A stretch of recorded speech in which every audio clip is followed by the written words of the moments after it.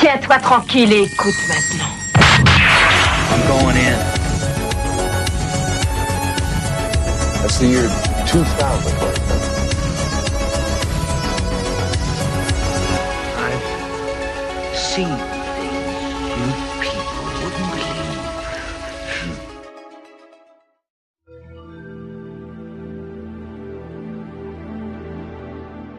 Cher public, bonsoir et bonne année. Bienvenue à un nouvel épisode de Betamax Break Room. Basile, bonne année à toi. Bonne année à toi, Xav. Écoute, je te souhaite du bonheur, la santé, plein d'argent et surtout de découvrir de nouveaux films, que ça soit au cinéma ou dans les archives cinématographiques.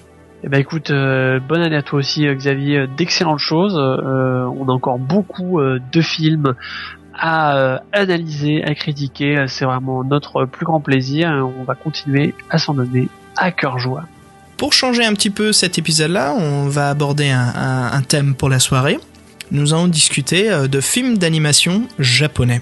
Alors comme premier film de la soirée, Basile, on va discuter de Venus Wars, de Yoshikazu Kazuhiko de 1989. Et notre deuxième film de la soirée sera Ninja Scroll de Yoshiaki Kawajiri en 1993. Alors justement, plongeons tout de suite dans le premier film de la soirée, Venus Wars.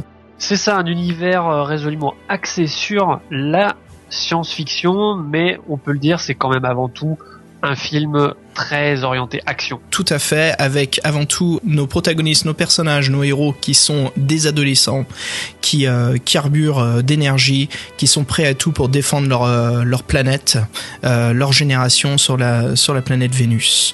Alors pour résumer un petit peu le synopsis, l'histoire, tout commence en 2003 où une comète crache sur Vénus et elle met en place justement des circonstances qui permettent la colonisation et la terraformation de la planète. De sorte que des colons arrivent en 2012, comme nous décrit bien le film, et puis après on passe tout de suite à un flash-forward en 2089, où Vénus est désormais dominée par deux nations. Là, le film nous plonge tout de suite dans l'histoire politique et l'histoire de guerre de la planète, où on voit très bien des coupures qui nous plongent sur des séquences où on voit bien des généraux, des admiraux qui préparent leur plan tactique de guerre, qui mettent en place vraiment l'anéantissement du régime opposant, à savoir le régime Aphrodia, si je me trompe pas, du régime du Sud, qui est attaqué par Io, qui lance justement une attaque surprise sur la capitale d'Aphrodia. Là, on suit une équipe de motocycles vélo-tueurs nommés les Commando Killers, et aussi une jeune journaliste qui s'appelle Suzanne, Sue, souvent nommée dans l'animation. Voilà, pour le petit côté américanisant qu'on retrouve souvent dans l'animation japonaise. Et voilà, justement, on se retrouve en plein milieu du conflit avec ce personnage de Sue, car elle débarque sur la planète de Vénus, donc c'est un peu le personnage qui permet de nous intégrer dans l'histoire, dans l'univers. Alors ce qui se passe, c'est que ces jeunes adolescents de ce groupe de moto-killers sont très mécontents de la part des forces d'ordre, qui occupent donc leur ville, qui capitulent rapidement devant la force d'opposition. Et là, notre protagoniste principal, Hiro, se retrouve à combattre les deux forces d'opposition, avec bien sûr son équipe de biker killers. Ils mettent la main sur des armes du marché noir, enfin plein de circonstances, qui permet justement de développer un petit peu un scénario sur des jeunes rebelles, un peu une sorte de guérilla warfare bourré d'énergie d'adolescents. Et justement, ces jeunes se rejoignent à des commandos rebelles qui veulent défendre leur régime d'Io. Et le personnage de Sue, comme on en parlait un peu plus tôt, va nous permettre un peu de suivre donc les aventures de Hiro et sa bande d'amis sur un sort de, on peut dire un peu un journal de guerre. Alors Basile, qu'est-ce que t'en penses de l'histoire, toi ? Alors pour ma part, je trouve que le scénario en lui-même est vraiment tout ce qu'il y a de plus basique et classique. C'est on le comprend assez rapidement. C'est plus un prétexte qu'autre chose pour amener des situations particulières et surtout des combats. C'est aussi l'occasion d'un petit peu développer, mais quand même pas trop le caractère des personnages, les interactions entre eux, etc. Puis c'est surtout une certaine ambiance dont on pourra reparler à nouveau plus tard. Le scénario, à mon sens, il n'a pas tant que ça d'importance. En fait, c'est ça que j'ai trouvé, puisque moi le film, j'ai découvert en fait cette année, je ne le connaissais pas à l'époque. Ah, c'est sûr, ouais, comme tu dis, je trouve vraiment que l'histoire ne se soucie vraiment pas trop de nous engager dans le monde, dans l'histoire du monde, surtout entre ces deux continents qui font force d'opposition. On aura juste le prologue, franchement, qui nous sert de prémisse pour bien nous établir dans l'univers. Mais à part ça, l'histoire se développe en face de nous par la suite, et ce sont plutôt les visuels qui feront la narrative sur le front. Les personnages, pareil d'eux-mêmes, je trouve, ils sont pas très développés de façon significative, mais c'est avant tout, comme tu disais, c'est une histoire centrée, axée plutôt sur l'action que sur la dramaturgie. Hiro, c'est un jeune homme talentueux, donc Hiro, notre personnage principal, notre protagoniste, c'est donc un jeune homme talentueux, mécontent du gouvernement sur diverses façons pour lui, hein. Il se sent un petit peu abandonné, délaissé par les forces de l'ordre et ainsi que sa famille aussi. Pareil pour ses amis. Le personnage de Sue, donc cette jeune journaliste américaine, elle est très très ambitieuse, et aussi pour bien se mêler au groupe, il y a une histoire d'amour annexe très très rapide où elle tombe amoureuse de l'un des autres cyclistes, avec toute cette inclinaison sur la production d'un scoop. Et c'est marrant comment ces deux personnages se mettent ensemble, mais c'est jamais vraiment travaillé ou traité dans l'histoire. C'est un peu, voilà, on les voit ensemble, on voit qu'elle s'accroche à la bande, elle est intégrée, donc on va pouvoir permettre de suivre ce personnage un peu plus. C'est ça. Alors, je pense qu'on peut dire un mot de ce qui semble être la cible visée de ce film-là. Résolument, c'est vraiment très ado. Là, on n'est pas vraiment dans un truc destiné aux adultes ou aux jeunes adultes. Là, c'est quand même très très ado. Déjà, ne serait-ce que par l'âge des personnages, on comprend très rapidement que c'est plutôt des jeunes ados qui vont s'identifier aux héros. Et c'est vrai que voilà, on reconnaît très bien, pour peu qu'on ait lu un peu de manga, les caractères très très très stéréotypés. Situation stéréotypée aussi. On voit également que l'humour a toujours sa place pour apporter un côté un petit peu rigolo, au milieu de scènes un petit peu plus sérieuses. Il y a un côté très insouciant, même si on nous raconte des histoires de guerre, de population asservie, tout ce que tu veux. Bon, ça reste quand même relativement léger. On a compris que c'était surtout pour l'action qu'on était là. Il y a un côté très pop de manière générale. Voilà, c'est très pop. Justement, et en parlant de pop, on reviendra un peu plus tard sur la bande originale. Tout à fait. Alors, comme tu dis, ce sont des personnages, on va pas dire qu'ils sont en carton plat, hein, ils manquent de trois dimensions, ça c'est sûr. Mais voilà, ils servent bien leur cause et c'est sûr qu'on peut bien reconnaître le personnage qui sert de comique. On a la femme forte, garçon manqué. Après, on a la jeune femme qui a besoin de Hiro, donc du personnage principal. Elle a besoin de cet homme fort. On a donc le personnage le plus mature, Will, on parlait un peu plus tard, qui est prend un peu la grosse tête, mais en même temps c'est quand même le plus malin de tous. On a aussi le plus petit du groupe, le plus jeune, qui est un peu l'immature, qui est un peu tout fou, qui d'ailleurs en plus meurt un peu au début du film. Donc ça je trouvais très intéressant. C'est le genre d'animé qui n'hésite pas à tuer des personnages au fur et à mesure de l'histoire pour la faire développer. Un peu travailler le personnage de Hiro et de sa copine, de voir en fait leur entourage mourir autour d'eux pour construire justement leur personnalité, de mieux comprendre pourquoi ils deviennent de plus en plus durs, et surtout on les voit mûrir, surtout la journaliste Sue.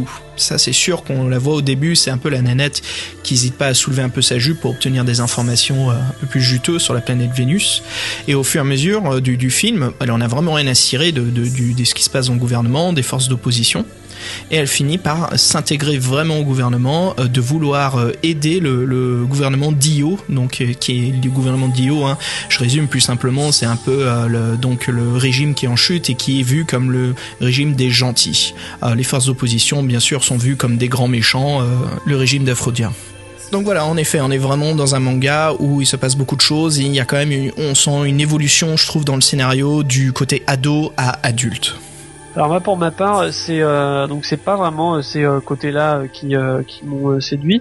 Alors je tiens à préciser autre chose, hein, parce que là c'est aussi ça fait partie du ressenti personnel, c'est que je sais que toi tu l'as découvert à l'époque en fait, quand c'est sorti, quand toi-même tu étais ado. Alors je l'avais découvert en VHS Manga Mania, ça date un peu, 97, 96, 97, 98, quelque chose comme ça.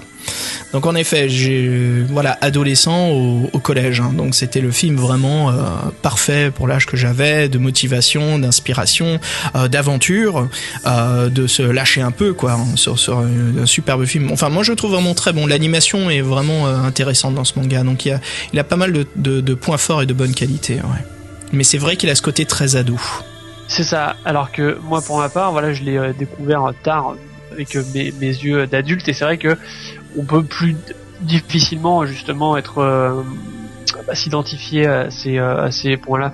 Alors que finalement, ce qui m'a plu dans le film quand je l'ai vu, c'est plutôt parce que ça m'a rappelé justement une certaine époque un peu insouciante, une certaine ambiance voilà qu'il y a dans ces films justement un peu ados, où c'est un tout, hein, c'est à la fois la musique, même les visuels finalement, l'aspect général du film qui comme je le disais un peu plus tôt, hein, on parle de guerre, il y a des morts, tout ça, etc. Mais tout ça est quand même pas montré de manière très crue, voilà. Ça reste quand même des couleurs assez vives, assez chamarrées. On n'est pas dans un monde vraiment cauchemardesque. Ça reste un peu propre quelque part, voilà. Et des fois justement il y a des scènes un petit peu les scènes un petit peu sentimentales ou un peu comiques où ça pourrait très bien se passer à notre époque. En fait ce serait la même chose quoi. Ce sont vraiment des salles qu'on nous installe, on nous installe vraiment des séquences amoureuses, mais ça n'a vraiment jamais de conclusion ou de développement plus profond. C'est ça, exactement. Alors ce que le film a en masse, c'est l'action. Alors là, armes de guerre, vaisseaux spatiaux en train de se tirer dessus avec des tirs de suppression qui anéantissent mais vraiment des quartiers de villes, hein, de citadelles, de mégacités. On a des championnats, au début on suit un championnat de killer bike, donc des duels de motards, un peu comme une version moto du rollerball. On a des robots véhicules de police qui poursuivent Hiro à travers le métro, des endroits bien étroits, et des batailles de rue entre Hiro et des agents un peu Gestapo de la police. Et bien sûr tout ça, ce n'est que le début du film quoi, ce que je viens de décrire, toutes ces séquences d'action. C'est vraiment un film qui est bourré d'action quoi. Il y a beaucoup de séquences. Alors c'est vraiment intéressant. Puis après je voulais rebondir là-dessus sur un aspect qui est, je trouve, très mémorable. Et là, on l'a revu il y a pas longtemps, et je trouve que un aspect le plus mémorable, je trouve, c'est la conception de ces véhicules, le style, le design. Il y a vraiment quelque chose de particulier qui est ajouté au design technique, comme ces monocycles de course, les tanks ennemis, des camions citernes, des buggy, des véhicules de police. Ça marque une période du design, je trouve, de l'animation japonaise. Alors c'est sûr, voilà, c'est tout à fait ce genre de dessin animé d'action, comme tu disais, où on sent que la production a beaucoup investi dans des recherches sur les appareils. Alors, on imagine déjà les artbooks remplis de croquis et d'esquisses de tous les véhicules, etc. Et moi même à l'époque j'étais friand de ce genre de choses, où j'hésitais pas à investir justement dans un bouquin d'esquisses ou trucs comme ça, où je les consultais juste pour le plaisir des yeux, et on sent que c'est tout à fait dans cet esprit-là que ça a été fait. Alors intéressant, c'est que Venus Wars avant tout c'était un manga. J'en ai obtenu quelques-uns que j'ai pu trouver sur internet. Beaucoup de choses n'ont pas la même conception graphique dans le manga que l'on voit dans le film d'animation. Les Killer Bike, ce ne sont pas des monocycles, ce sont juste des motos classiques quoi, à deux roues. Pas mal de changements, surtout sur les designs techniques. Donc très intéressant sur l'équipe de production quoi. Là-dessus sur le design, l'univers quoi. Un très très grand changement, et ça je trouve ça sympa. L'étape où on se dit ok, on a le manga, on a notre base de scénario, la base de nos personnages. Mais voilà, comme tu dis, là l'équipe c'est vraiment basé sur de faire des recherches et de changer un peu le design et de créer quelque chose d'assez unique. Et je trouve que ça marche vraiment bien quoi. On a des véhicules de commandement rebelles qui sont vraiment impressionnants, des dirigeables massives. Pour moi, ce sont presque des choses qui ne peuvent être vues que dans l'anime japonaise. Alors, ce qu'on retient aussi sur le plan visuel, c'est la diversité. Là, on sent vraiment que c'est un film, c'est-à-dire que on ne va pas, pour des raisons de budget, se concentrer sur quelques endroits bien limités. ils n'hésitent pas à vraiment offrir un panorama très large de cette fameuse planète Vénus sur laquelle où ont lieu tous ces conflits. Donc on a vraiment là une débauche de décors, de paysages. On découvre vraiment la planète. C'est pas suggéré, bien au contraire. L'un des plus étranges visuels de l'animé, c'est une séquence qui arrive assez tard dans le film où l'on voit une mission militaire qui est en cours avec nos personnages principaux. Sont animés sur des véritables prises de vue tournées dans un désert. Un peu à la Roger Rabbit, quoi. Qui veut la peau de Roger Rabbit? Alors bien sûr, tout ça, c'est les rushs, le footage qu'a pris Sue sur la caméra scotchée aux motos d'assaut des troupes rebelles, et avec un petit effet de post-prod, avec un effet granuleux rajouté pour créer un peu plus l'immersion donc du dessin animé par-dessus les prises de vue réelles. C'est un effet visuel étrangement incongru. Incongru, c'est tout à fait le mot. Moi, je me demande ce que donc notre réalisateur Yasuhiko visait là. Je comprends un peu le côté réaliste, mais j'ai l'impression que c'est une caméra vidéo. On va faire comme si elle filmait. Donc, ce que filme Sue, en fait, c'est à leurs yeux, aux yeux de... Je sais que ça devient un peu psychédélique, là, hein, mais donc aux yeux de nos personnages dans cet animé, ce qu'ils filment, ce qu'ils voient, eux, c'est ce que nous voyons. Tout à fait, c'est ça. Donc c'est comme s'il y avait une mise en abîme à laquelle on s'attendrait pas forcément justement dans ce genre de film. Bon, malgré ça, bien que l'animation en général, elle est pas au niveau des meilleurs films de la même époque. Clairement pas. C'est vrai que tu parlais de Akira oui. Tout à l'heure. Voilà, là, on est quand même vraiment pas sur le même plan là. On a peu de films qui arrivent à la cheville quand même d'Akira. Hein. Je veux dire, on les compte sur le bout des doigts. Hein. C'est ça le problème d'Akira aussi, c'est que ça a été et ça reste toujours une référence telle en matière d'animation traditionnelle, hein, parce que là, à l'époque, évidemment, il n'était pas question de 3D. Akira est indétrônable. Voilà. Alors je vais insister, mais je vais revenir sur la comparaison à Akira, qui finalement se justifie parce que voilà, ils sont sortis, ces deux films qui sont sortis la même année. Il est question aussi de science-fiction, de bande de jeunes sur des motos. Bon, voilà, c'est l'histoire en elle-même après évidemment est très très différente, mais quand même on retrouve des caractéristiques communes. Mais ça s'arrête là, la comparaison en l'occurrence s'arrête là, parce que vraiment sur tous les plans, on sent que la maturité et pas arrivé au même point pour les deux. Et c'est vrai qu'Akira, que ce soit au niveau visuel, de la réalisation, du scénario, de la profondeur des personnages, c'est vrai qu'il y a un travail quand même vraiment qui n'est pas le même. Et je pense que justement tu voulais aborder la question de la réalisation. La réalisation dans Venus Wars, bon, elle est correcte, honnête, mais ils réinventent pas la poudre. Alors que dans Akira, justement, c'était un des éléments, et ce n'est pas le seul, c'est un des éléments qui fait que le film te scotche du début jusqu'à la fin, c'est que, eh bien, voilà, après il n'y a pas de mystère. L'auteur d'Akira Otomo, c'est un mec c'est un fondu de cinéma, ça se sent dans ses mangas. On sent qu'au niveau des cadrages, il a vraiment une façon de voir qui est purement cinématographique.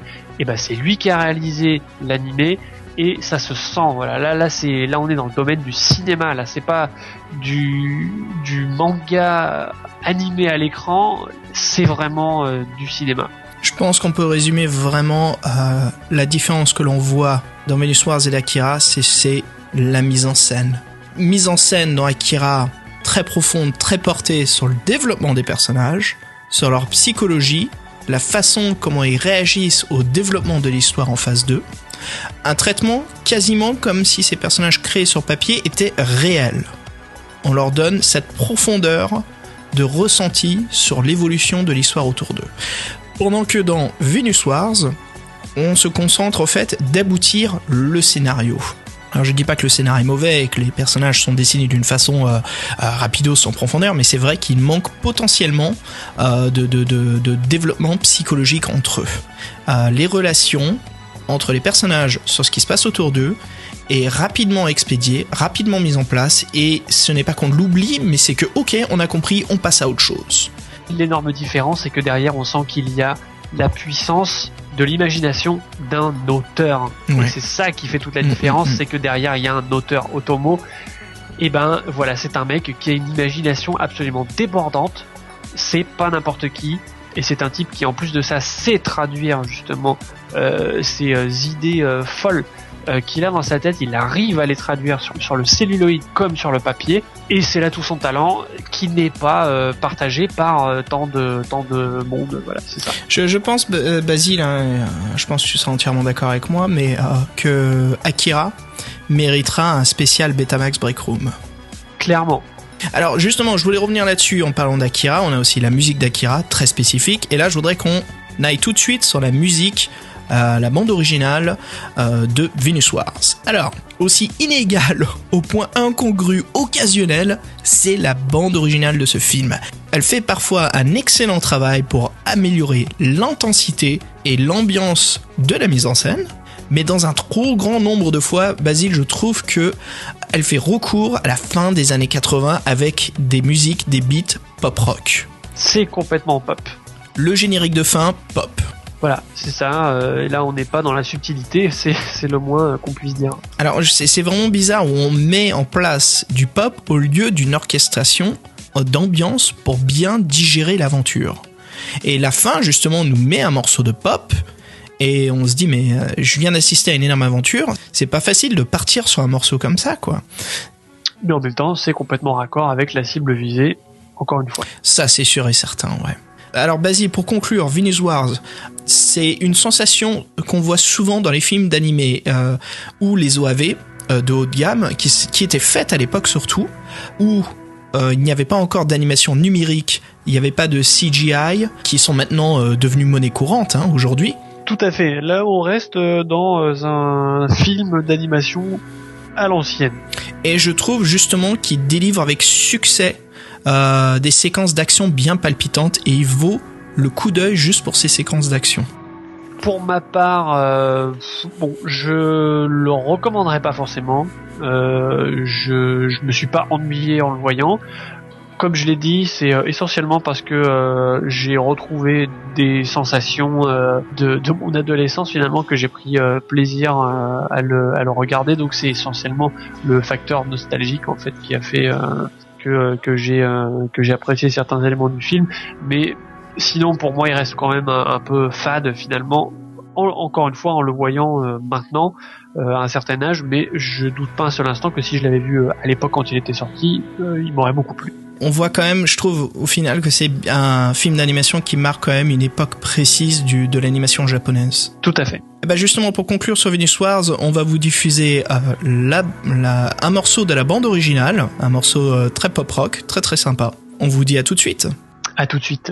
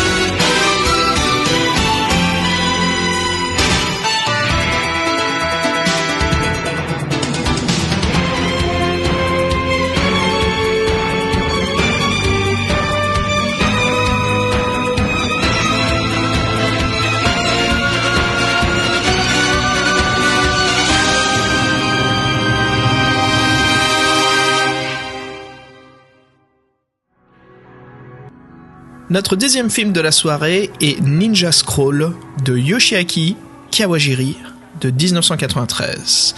Alors, avant d'entamer ce film d'animation, pareil, via la collection Manga Mania, je crois qu'on en parlera un petit peu après Ninja Scroll de cette collection de VHS. J'ai un amour fou pour l'animation de Kawajiri dans le monde de du dessin animé japonais. Donc je compte sur toi qui l'as découvert récemment. Tout à fait, je l'ai découvert cette année en même temps que Venus Wars. J'en avais beaucoup entendu parler auparavant, il m'avait été recommandé, et là je l'ai enfin découvert, donc ne t'inquiète pas, j'aurai aucun problème pour contrebalancer ta critique dithyrambique et je saurai rétablir l'ordre. Alors sans jeu de mots, vaut mieux parce que sinon ça va couper. Parfait. Alors justement, plongeons dedans.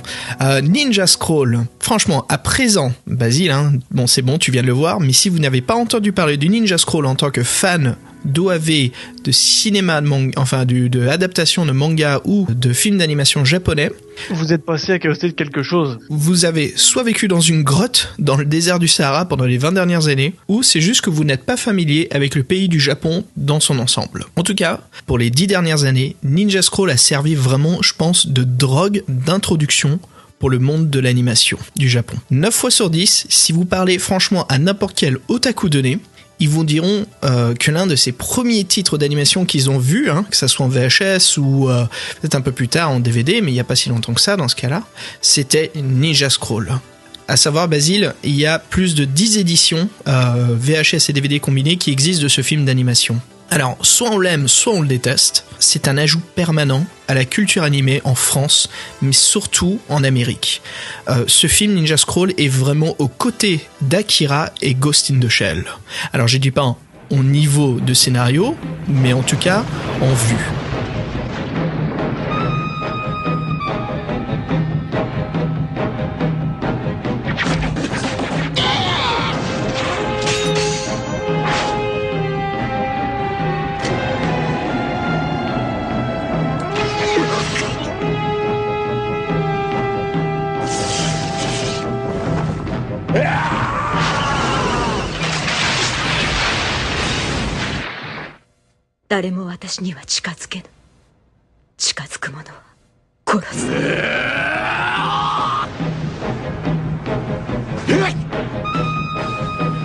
Genma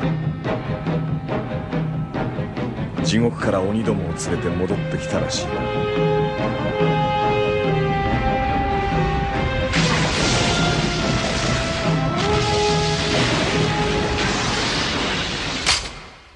ここらでやめとくのが手だ。 Alors plongeons tout de suite dedans.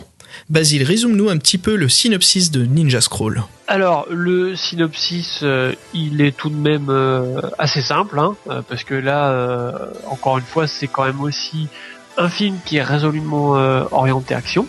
Et alors voilà, en gros, il s'agit avant tout d'une histoire, somme toute très classique, de village frappé par une malédiction, en l'occurrence une sorte de peste qui anéantit ses habitants. Et très vite, on va voir quelles sont les forces en place. Alors d'un côté, il y a le héros solitaire, figure classique aussi, et de l'autre, il y a le grand méchant avec son armée de sbires. Ils sont au nombre de 8, si je me rappelle bien. Et on comprend assez vite que le héros va évidemment devoir tuer un par un les 8 sbires, et évidemment l'ennemi n'est autre qu'une personne, on ne va pas révéler tout de même, mais c'est évidemment une personne bien connue du héros. Il y a une histoire entre eux, et évidemment il y a aussi un personnage féminin qui sera l'allié du héros. On aura au passage aussi évidemment l'histoire d'amour entre les deux de rigueur.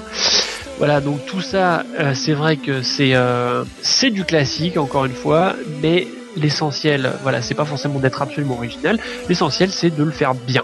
Et là en l'occurrence, Ninja Scroll le fait à merveille.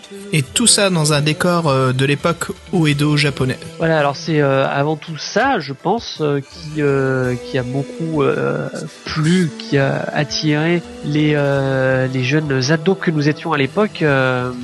C'est qu'il y avait cet exotisme finalement de cet univers qui nous est complètement étranger, parce que tout cela fait appel finalement à la mythologie japonaise, qui est évidemment très différente de la nôtre, et tout ce bestiaire, parce que là c'est vraiment bien de cela dont il s'agit, toutes ces vieilles légendes, voilà, ça avait quelque chose de très nouveau, et qui était montré d'une certaine façon, qui restait tout de même, je trouve, accessible pour un public occidental, même si on n'avait pas forcément les références qu'il fallait pour les comprendre. Et ça, je pense que ça quand même vraiment, ça fait partie de ce qui donne la force de cet animé-là. Voilà, c'est d'être plongé dans cet univers exotique sans forcément en avoir les clés, mais on est tout de suite pris par cet univers. Alors Ninja Scroll est vraiment, je pense, en partie responsable à l'image négative de l'animation japonaise au milieu des années 90, jusqu'à travers l'explosion récente de ces dernières années.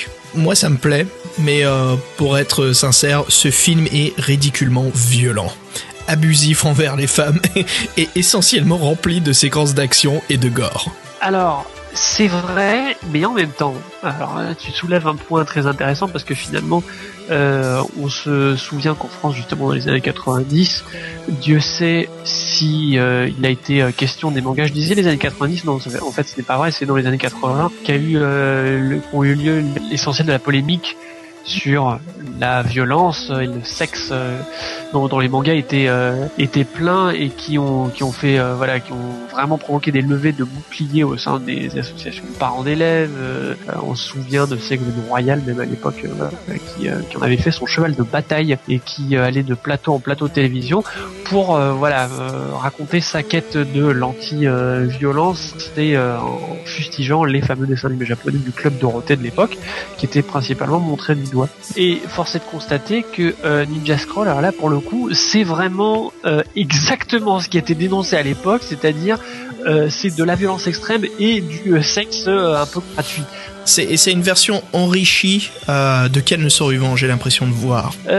C'est un peu ça, ouais. C'est un peu Ken à l'époque des dos, quoi. Alors sur la violence, hein, bien sûr, hein, ouais, surtout sur ça. Enfin, malgré que je pense que ça serait à débattre vu la violence de Ken le survivant aussi. Mais justement, pour revenir sur cette violence, c'est ce qui a permis justement au film de gagner sa notoriété. Ninja Scroll, pour mon cas, c'est comme un rite de passage. Peu importe comment on tranche, hein, ce jeu de mots voulu, Ninja Scroll est admirable pour son côté technique.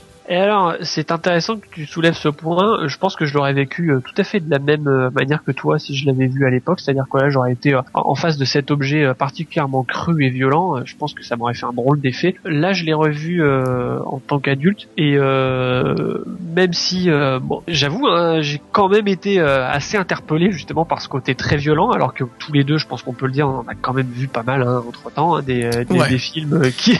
que ça soit en film d'animation ou en cinématographie, bien sûr. On n'est pas né de la dernière pluie sur ce côté-là, mais pourtant, je trouve que ça fait quand même encore son effet. Et ce que je voulais rajouter, c'est que ce que je trouve vraiment très bien avec Ninja Scroll, c'est que même si cette violence-là, effectivement, elle est vraiment très présente, je la trouve tout à fait justifiée et pas gratuite finalement. Tu vois, ça me fait chier parce que j'ai envie d'argumenter ce que tu me dis, mais en même temps, j'aime ce côté un peu action gore, tu vois, abusif, parce que ça va tellement bien avec l'ambiance de l'histoire qui nous est à raconter. C'est ça que j'allais dire, c'est exactement ça, c'est que pour moi c'est complètement cohérent avec l'ambiance, et c'est pour ça que à mon sens c'est pas vraiment gratuit. Justement, en parlant de gratuit, je voulais vous dire sur un point assez intéressant, c'est qu'il y a une version censurée de ce manga. Attention, censurée très légèrement, car le film reste entièrement gore. Je pense que dans cette version censurée, il y a seulement maximum, il me semble, 2 minutes qui ont été censurées, quoi. Et ce sont essentiellement des séquences de viol, on peut dire, ou de sexe. Oui, plus que des séquences, c'est simplement des plans. Ouais, c'est des plans un peu plus serrés en fait sur l'acte du gore lui-même, quoi. Le bras qui s'arrache, ou bien sûr, Kabojire avec son équipe de storyboard et d'animateurs ont vraiment dessiné jusqu'au bout les tendons, les muscles qui claquent, qui lâchent, l'os qui a ce bruit de crisp en fait, comme une boîte de céréales auquel on écrase. Et de fascination pour le corps. Une fascination impressionnante vraiment, et intéressante à regarder, quoi. En animation, on peut faire vraiment tout ce qu'on veut, hein, parce que là, il n'est pas question de budget, d'effets spéciaux. Tout à fait, ouais. Comme au cinéma, là vraiment, là, on peut laisser libre cours à l'imagination. C'est du dessin, on fait ce qu'on veut. Donc là, ils s'en sont donnés à cœur joie, on peut le dire. Kabojire et son équipe, moi je trouve que c'est un animateur, un illustrateur et aussi un concepteur storyboard impressionnant. Techniquement, j'aime beaucoup son style, son design. Ah, c'est très dynamique. Ah ouais. Et là, on est quand même avant l'époque enfin, on est en 93, mais ce film n'a pas du tout de CGI ni de couleur numérique, et c'est quand même un beau film graphiquement. Et il faut se rappeler quand même, c'était il y a 20 ans. Ouais. Et c'est vrai que pour l'époque, quand même ça claquait. Et finalement, même si le manga de manière générale, les animés, par rapport au cinéma d'animation américain par exemple, c'est beaucoup plus figé, ça c'est quand même pas un cliché, c'est vrai. Hein, de manière générale, l'animation japonaise est plus figée. Et ben ça n'empêche pas qu'il y a quand même un dynamisme vraiment dans ces scènes d'action qui moi m'a encore bluffé, hein, j'avoue. Ouais, le développement du gore, mais aussi la scène d'action avec tout ce qui se passe. Les storyboards sont excellents, quoi. La conception de la scène d'action est vraiment impressionnante et exécutée parfaitement à l'animation. Hein. C'est ça. Et puis alors même au niveau du chara design aussi, il y a un super style très particulier. Ces méchants sont quasiment des icônes. Hein, ouais, ça sort un peu de l'ordinaire là, ce trait. Alors c'est très efféminé. Hein, je pense que tu l'as remarqué. Hein. Oui. Tous les personnages, qu'ils soient masculins ou féminins, voilà, ils font tous très très très efféminés avec des grands visages, des grands yeux. On a même l'un des antagonistes qui est quasiment androgyne. Hein. Ah oui, tout à fait, clairement. Alors les Japonais ont une fascination assez prononcée pour. Je te trouve très poli là. Oui, comme tu dis, c'est un euphémisme, mais c'est vrai que là on s'en rend compte particulièrement. C'est un très bon exemple, hein, voilà, d'animé où effectivement il y a beaucoup de personnages masculins. On se demande si ce sont des hommes ou des femmes, même au niveau de la voix, hein, évidemment. Aussi, on en a pas parlé vite fait dans Venus Wars, mais là j'en parle rapidement. Mais le studio de traduction française, doublage français, a fait un très très beau boulot, hein, sur ces deux films d'animation auxquels on discute ce soir. Il y a vraiment eu une exécution parfaite. Alors moi j'ai pu avoir l'opportunité de le voir en version originale, mais aussi en français. Et ce n'est pas du tout difficile de le voir en français. C'est vraiment une très bonne exécution. Très très bien, un beau boulot, quoi. Ce qui a le mérite d'être souligné parce que c'est tout de même assez rare, hein, il faut le dire. Avec la crème de la crème du Club Dorothée, en effet, quoi. Ça. Alors sans aller jusqu'à ces extrêmes là, parce que là on parle de séries télé, mais c'est vrai que même les films ou les OAV étaient quand même la plupart du temps assez mal doublés. Je pense par exemple au doublage catastrophique des Chroniques de la guerre de Lodos. C'est resté avec plusieurs de mes amis un running gag pendant des mois et des mois. On répétait des répliques des Chroniques de la guerre de Lodos. Vraiment, c'était un doublage difficile. Ah oui, vraiment très très difficile. Et moi, je sais que je suis un peu difficile, hein, car même la traduction française, le doublage français de Cowboy Bebop, je le trouvais insupportable. Et je suis vraiment pas fan des séries un peu plus récentes, comme Samurai Champloo. Je ne supporte vraiment pas le doublage français. Je trouve que ça jure beaucoup trop. C'est un langage un peu trop jeune et familier. Oui, tu trouves que ça colle pas, quoi. Ce qui est en sous-titrage. En effet, ça colle pas du tout, quoi. Alors moi, en l'occurrence, c'est vrai que le doublage de Cowboy Bebop à l'époque, quand je regardais sur Canal+, je trouvais personnellement qu'il était plutôt de bonne qualité. Donc effectivement, les avis divers. J'avais découvert Cowboy Bebop sur les soirées VO de Game One. Ça date, hein. Et il n'y avait pas encore de doublage à l'époque pour la saga. Et c'était juste le sous-titrage, je sais pas comment Game One l'a obtenu, mais en tout cas qui était parfait. Alors pour revenir justement un peu sur le scénario et le côté technique du film, les séquences émouvantes, leur intégration dans l'histoire est un peu trop forcée pour certaines séquences, mais je trouve qu'elles ont leur place dans cet univers barbare. L'histoire d'amour de Jubei avec cette femme fatale où tout son corps est empoisonné, donc aucun homme peut l'embrasser sans mourir par la suite, permet justement de développer un peu cette histoire, cette liaison d'amour un peu difficile et complexe parmi tout ce gore qui les entoure. Oui, écoute, pour ma part, et pourtant je suis très critique souvent avec ce genre de choses, moi j'ai trouvé que ça se mêlait vraiment très très bien au reste de tout à fait. J'ai pas du tout trouvé que c'était incohérent ou malvenu, saugrenu. Ah non, c'était complètement raccord avec le reste. Et justement, moi, ce qui m'a bien plu, c'est qu'il y a un côté très très dramatique là-dedans. Hein. C'est presque une scène de no. Hein, vraiment, moi j'ai cette impression-là que j'ai eue, c'est de voir une sorte de scène de théâtre. Et Dieu sait si les Japonais sont vraiment férus d'histoires d'amour tragique. Voilà, ça c'est vraiment très très japonais. On s'en rend compte quand on regarde des classiques justement du cinéma japonais. Une histoire d'amour se finit forcément très mal. C'est pas une blague. Quand on regarde les classiques de Mizoguchi ou Kurosawa, enfin, c'est surtout Mizoguchi, par exemple les amants crucifiés, forcément ça doit se terminer mal. Voilà, et ça je trouve que ça se retrouve bien justement dans cette histoire impossible entre le héros et son allié. Et bon, on va pas révéler ce qui se passe, mais ça se finit forcément de manière tragique entre les deux, c'est normal. Alors c'est marrant car voilà, on a ce potentiel très intéressant, cette histoire d'amour qui se développe, qui est assez, on peut dire même un petit peu fascinante même. Ah, tout à fait. Vu les deux personnages. Et tout ça entouré de litres de sang, où beaucoup de gens meurent, et il y a même quelques courtes scènes de sexe, juste pour faire bonne mesure.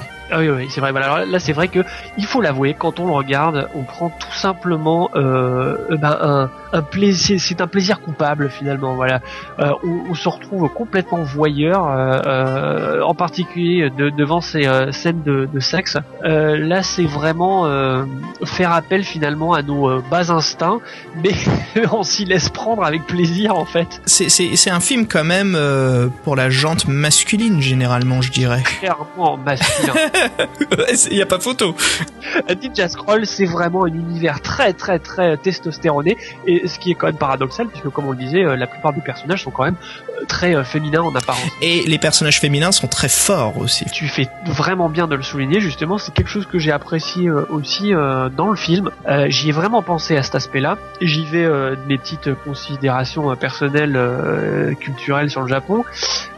C'est vrai que le Japon, même à l'heure actuelle, bon, là le film a été fait il y a 20 ans, donc c'était encore plus vrai, mais le Japon reste quand même à l'heure actuelle une société toujours assez machiste, si on compare avec nos sociétés occidentales, et c'est vrai que ça se reflète évidemment dans leurs œuvres de fiction. La plupart du temps, les personnages féminins sont purement des faire-valoir, et même celles qui prennent part à l'action, de toute façon à un moment ou à un autre, vont être relégués au second plan pour mettre en valeur le héros et ses qualités viriles. Voilà. Donc c'est pas forcément la princesse à sauver, mais on n'en est jamais très très loin. Et là, c'est ça qui est très intéressant dans Ninja Scroll, c'est que on sort de ce schéma-là. Alors pas trop quand même, parce qu'il faut tout de même que les personnages féminins soient un petit peu malmenés. Donc notamment cette scène de viol là, ça paraît incontournable. Voilà, c'est comme si c'était une règle qu'on pouvait pas enfreindre. Forcément, il faut que le personnage féminin en prenne plein la gueule pour que le personnage masculin quand même à un moment donné puisse lui venir en aide. Mais ceci mis à part, moi j'ai trouvé que ce personnage là était vachement couillu en fait, si je puis me permettre d'employer cette expression là. Elle est pas à la traîne quoi, vraiment elle est là, et puis j'ai bien aimé ce passage justement où il est révélé au héros que ce n'est pas lui qui avait vaincu le fameux ennemi du début qui donc ce sort de golem de pierre. Exactement, le golem de pierre, c'est tout à fait ça. En fait, c'est même pas le héros qui a réussi à revenir à bout. Non, c'est parce que c'était le poison inoculé par le personnage féminin. C'est pour ça qu'il a réussi à la vaincre. Donc, ça, je trouvais que c'était pas mal. Ça n'a l'air de rien, mais c'est important. Voilà. Et comme tu le constates, c'est vrai que le personnage féminin dans les mangas maintenant, assez rare quoi de trouver des personnages assez forts dans les trois quarts des animés ou des séries shonen, toujours le personnage féminin. Ça a évolué, je veux dire, quand on regarde Naruto par exemple, on voit bien que les personnages féminins ils sont quand même plus à la hauteur des personnages masculins, mais c'est jamais complètement égalitaire finalement. Il y a toujours un moment donné dans l'histoire où on va montrer que un homme c'est un homme, une femme c'est une femme, et puis une femme c'est quand même fait pour avoir des émotions, être un peu faible alors que le héros ne l'est pas, et blablabla, etc. Voilà, je pourrais pas dire pour Naruto, mais je pourrais dire par exemple pour j'essaie de trouver une série un peu de la même époque, comme Cowboy Bebop avec Faye, le personnage de Faye. C'est un bon exemple finalement parce que Cowboy Bebop c'est quand même plutôt un univers de mecs, encore une fois. C'est pas un personnage de faible femme justement, là au contraire c'est vraiment une femme qui a du caractère, on peut le dire. Et même le personnage secret féminin aide. Tout à fait. C'est intelligent aussi, ce petit jeu qu'il y avait sur l'identité sexuelle, enfin le genre. Encore une fois le Japon avec les personnages androgynes quoi. C'est tout à fait ça. Mais même en dehors de Faye Valentine, je trouve que de manière générale dans Cowboy Bebop, tout au long de la série, il y a une belle galerie de personnages féminins. Franchement, il y a beaucoup d'épisodes où que ce soit le héros de la série Spike ou d'autres ont affaire à des personnages féminins forts, je trouve. Et ça c'est plutôt appréciable. Justement, vraiment, sur tout ce que ça englobe, là, je trouve que Ninja Scroll, ça nous rappelle en fait une époque maintenant inexistante de l'animé. Je suis complètement d'accord avec toi. Alors là, c'est clair que ça va surtout parler aux gens de notre génération, c'est-à-dire qui maintenant sont des jeunes trentenaires. Là, clairement, ça parle aux gens finalement qui ont été bercés par le Club Dorothée pendant leur enfance et qui ensuite à l'adolescence ont voulu aller plus loin dans l'animation japonaise. Et Ninja Scroll, c'est vraiment je pense un animé qui est très emblématique de cette période-là. Ouais, c'est toute cette période finalement où en France on n'avait pas vraiment accès à beaucoup de choses. Ça n'a rien à voir avec maintenant avec Internet où tout est disponible très facilement. Ouais, c'est beaucoup plus facile de se faire son actualité manga aujourd'hui, ça c'est sûr. Hein. On se balade sur YouTube 15-20 minutes, on peut voir pas mal d'épisodes, pas mal d'animés, avec bien sûr des fansubs. C'est vrai. Alors là, ça va être un petit peu le quart d'heure des vieux cons. ouais, je crois que ça va être ça. Mais nous, c'était la découverte. C'était très difficile déjà car on parlait pas tous japonais et c'était difficile de trouver des sous-titrages. Donc le peu d'OAV ou de long métrage d'animation, pour les connaisseurs, c'est sûr qu'on se les échangeait, on se les partageait, ou quand un sortait par une édition française, hein, que ça soit Dynamix ou Manga Vidéo, ça faisait carton, quoi. Et c'était vraiment le petit péché mignon pour certaines œuvres d'en parler et d'en discuter et surtout de les voir entre potes, quoi. Et une fois que le DVD est arrivé et surtout que le manga s'est bien sûr élevé en France, je dirais fin des années 90, surtout début des années 2000. Début des années 2000, c'est ça, exactement. Là, on voit un truc classique, je pense, c'est on se balade à la Fnac. C'est sûr que les rayons manga, il y a 20 ans, n'avaient pas du tout la même taille. C'est vrai, et c'est quand même fou de réaliser que à l'époque, le rayon manga à la Fnac, c'était quelque chose de beaucoup plus confidentiel. Il y avait deux éditeurs essentiels à la collection, c'était J'ai lu, avec Fly, Dragon Quest, et Nicky Larson, donc City Hunter. Et puis le deuxième éditeur qui était Glénat, qui était le premier qui avait vraiment pénétré le marché avec quand même il avait sa locomotive Dragon Ball qui évidemment ça c'est sûr que c'est le manga qui communiquait avant tout en France, hein. C'est ça, mais il avait eu quand même l'audace aussi de sortir à la même époque que Dragon Ball, si je me rappelle bien, Sailor Moon et Ranma. C'était cette époque justement sélective, donc ce qu'on avait sur le marché c'était un peu la crème de la crème du manga au Japon, quoi. Et pas forcément, hein. C'est ça qui est marrant aussi, c'est que certes il y avait certaines collections, et encore une fois on y reviendra, par exemple la collection de Manga Mania où effectivement là il était question de la crème comme tu dis, mais on n'avait pas non plus que le meilleur. C'est vrai qu'en termes de manga, en gros je pense qu'on peut dire qu'on a été plutôt gâté, et c'est vrai qu'il y a eu une certaine sélection. Parce qu'aujourd'hui j'ai l'impression que si on va pas sur un site web de critique ou de top 10, top 5, c'est un peu, on s'y perd facilement, quoi. C'est difficile de trouver si on veut regarder un bon AV ou un bon film d'animation japonais. Et c'est là où moi je conseille tout de suite tous les boulots de Kawajiri. Kawajiri a surtout fait une trilogie cyberpunk magnifique, Cyber City Uedo, qu'il a réalisé pendant les années 90 jusqu'à 91, et surtout avant une autre œuvre, en fait plusieurs même, hein. Il y a aussi Goku Midnight Eye, donc deux petits OAV, où Kawajiri était aussi le réalisateur, qui se concentre beaucoup plus sur le cyberpunk. Puis on a aussi si je me trompe pas, en 88 il y a eu Demon City Shinjuku. Alors Demon City Shinjuku, je vais juste en parler un petit peu car c'est quasiment le même scénario que Ninja Scroll. Attention, ce n'est pas du tout une critique négative, moi je trouve ça top, car Wicked City, on est dans un univers un peu fantastique, futuriste, où au lieu que ça soit un empereur qui veut conquérir des terres, envoyer la peste dans des villages, c'est un démon qui se réveille en plein centre de Tokyo, qui convertit la ville, qui veut justement prendre Tokyo pour les enfers, et on se retrouve un peu dans la même situation. Au lieu de Jubei, on a un jeune qui est bien sûr en communication avec son père, qui est celui qui a enfermé ce démon dans les enfers. Bref, toute une histoire où on retrouve vraiment les mêmes bases que Ninja Scroll. Donc ce jeune héros, même pas un protagoniste, mais vraiment un héros, doté d'un pouvoir spirituel en liaison avec son père, doit faire face aux sbires de ce grand démon. Et voilà, on a l'impression en fait que Ninja Scroll, c'est un sorte de remake de Demon City. Et alors moi je reviens sur un point qu'on évoquait tout à l'heure. Donc comme on le disait à l'époque, l'accès aux œuvres de fiction japonaises était vraiment beaucoup plus réduit qu'il ne l'est maintenant. Et la collection manga vidéo, par la suite la collection Mangamania qui a repris certains titres de la collection manga vidéo.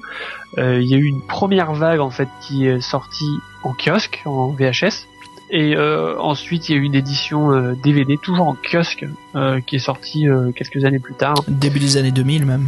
Et je trouve ça intéressant qu'on revienne sur cette fameuse collection Mangamania, parce que là, tout à l'heure, tu parlais de la crème, et Mangamania, c'est exactement ça. C'était une sélection incroyable, des films d'animation, ouais.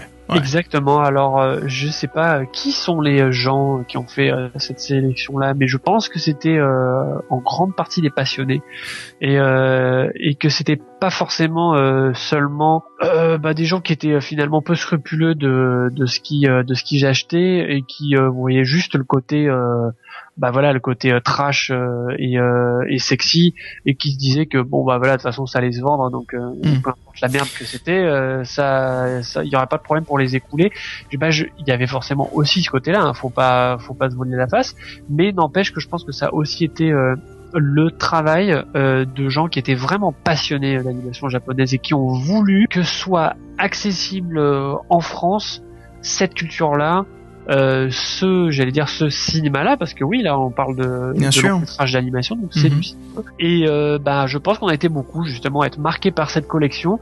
Mangamania, il suffit de regarder la bande-annonce qui avait été faite à l'époque. Je sais pas si tu te souviens, sur il y en a eu plusieurs bandes-annonces, mais moi je me rappelle surtout de celle avec le morceau de Sepultura, un montage très très dynamique qui montrait en gros vraiment que des scènes super violentes, d'éviscération, de trucs vraiment très très chocs. Et c'est vrai que tu voyais ça, c'est triste à dire, mais t'avais qu'une envie, c'était de courir aller acheter la VHS, parce que c'était un ovni. Ces trucs-là, vraiment, ça sortait de nulle part. On était comme des dingues quasiment à marquer le time code exact de la séquence qui durait même pas 2 secondes pour demander à un fada, à 1 minute 33, c'est quel film, c'est lequel celui-là?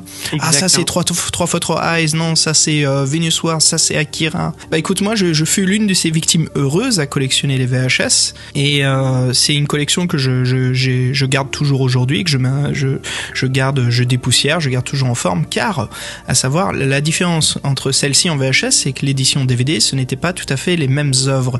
Les grands classiques y étaient toujours, comme Appleseed, Ghost in the Shell, Akira, mais après certains n'ont pas été retransmis en DVD. Par exemple, je pense surtout à Megalopolis, qui n'était pas remis en DVD. À la place, on a eu Vampire Huntress Miyu, quelque chose comme ça, dont je suis vraiment pas fan.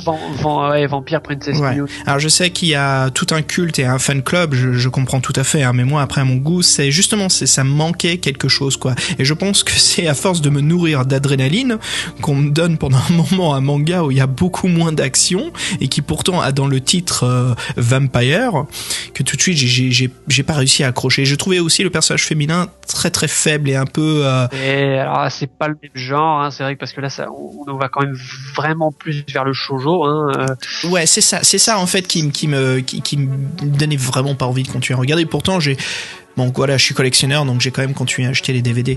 Et je sais que le moment où cette collection de DVD voulait se différencier, c'était d'amener du nouveau. Et là, c'était Blood, qui était le nouveau manga, qui était la version avec des scènes de 3D, des couleurs numériques, qui arrivait dans sa collection DVD. Donc on se dit waouh, non seulement c'est une mise à jour de cette collection, et si on a un peu de chance comme Tank Police qui était restauré numériquement. Hélas, Ninja Scroll dans la collection DVD n'était pas la version restaurée.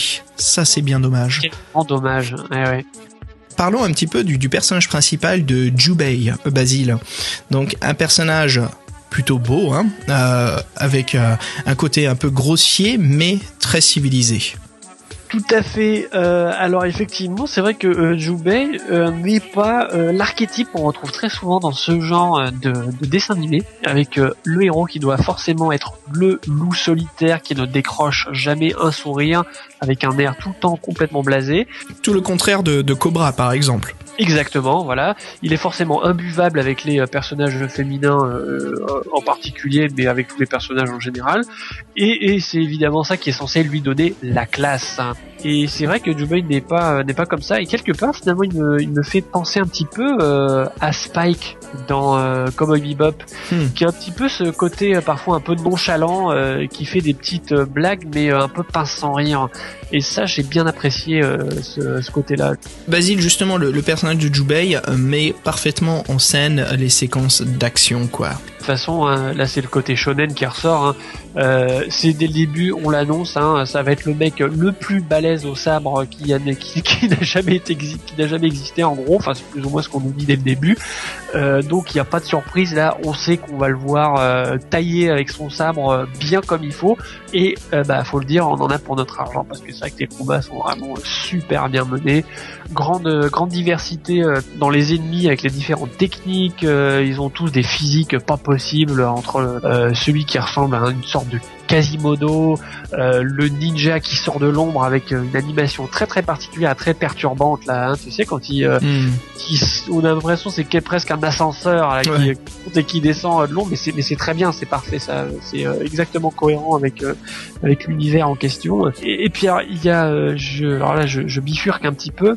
Ce que je trouve très intéressant aussi avec Ninja Scroll, c'est que ça fait partie, je parlais d'exotisme tout à l'heure, je trouve que ça fait partie de ces animés qui, à mon avis, ont donné envie à beaucoup de gens de se renseigner davantage justement sur ces mythes-là, sur la culture japonaise.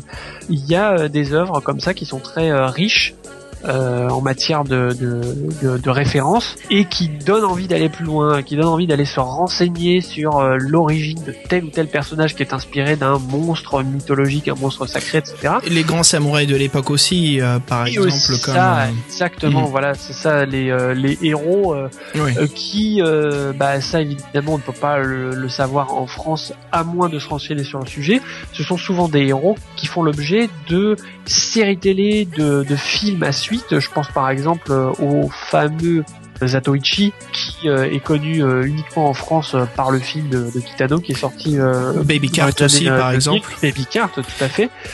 Puis ce qui est agréable aussi, c'est que justement en parlant à nouveau du héros, il y a souvent encore une fois ce cliché dans ce genre d'animé du héros qui est quasiment invincible, qui à la rigueur va peut-être être un peu mis en défaut à la fin pour qu'il y ait un cliffhanger, mais en général c'est une sorte de force brute qui vient à bout de tous ses ennemis très très facilement. Là ce que je trouve sympa avec Jubei justement, c'est que dès le début c'est pas si évident que ça pour lui, même s'il est très bon. Alors là clairement c'est quand même un as du sabre, il est mis en difficulté assez rapidement. Ninja Scroll aussi, concernant l'animation, c'est un film d'animation de haut de gamme. C'est même l'un des joyaux de la couronne de Madhouse Studio. Donc un grand studio d'animation japonais, surtout dans les années 80 et 90. Tout à fait, Madhouse a quand même produit vraiment des œuvres de qualité. C'est un des grands noms de l'animation japonaise. Ça, alors à savoir, ceux qui sont intéressés d'obtenir ce film d'animation japonais, il y a eu quelques années une restauration numérique. Et il y a une différence flagrante entre les deux. Alors bien sûr, la chose qui ressort le plus, c'est le sang, qui est vraiment bien plus rouge que s'en souvient à l'époque, et même la couleur de chair des personnages qui est bien plus lumineuse. Donc c'est une édition vraiment intéressante. Hélas, je n'ai pas encore eu la possibilité d'obtenir une copie, faudrait que j'aille fouiller internet pour cela, mais il y a des bandes annonces et des comparaisons qu'on peut retrouver sur YouTube qui montrent vraiment une restauration parfaite pour un film d'animation. Alors pour résumer, Ninja Scroll, c'est une histoire qui est un peu trop mince pour qu'elle soit légitimement considérée comme l'un des plus grands films d'animation de tous les temps, mais il marque une époque quand même intéressante du passé dans l'animation japonaise et délivre, bien sûr, je me répète encore une fois, mais qui délivre parfaitement sur l'action. L'un des caractères les plus forts aussi de son réalisateur, Kawajiri. Écoutez, sur ce, on vous souhaite à tous, cher public, une très bonne soirée. Excellente soirée, merci d'être resté en notre compagnie. Et on vous dit au mois prochain pour un nouvel épisode de Betamax Break Room. À la prochaine.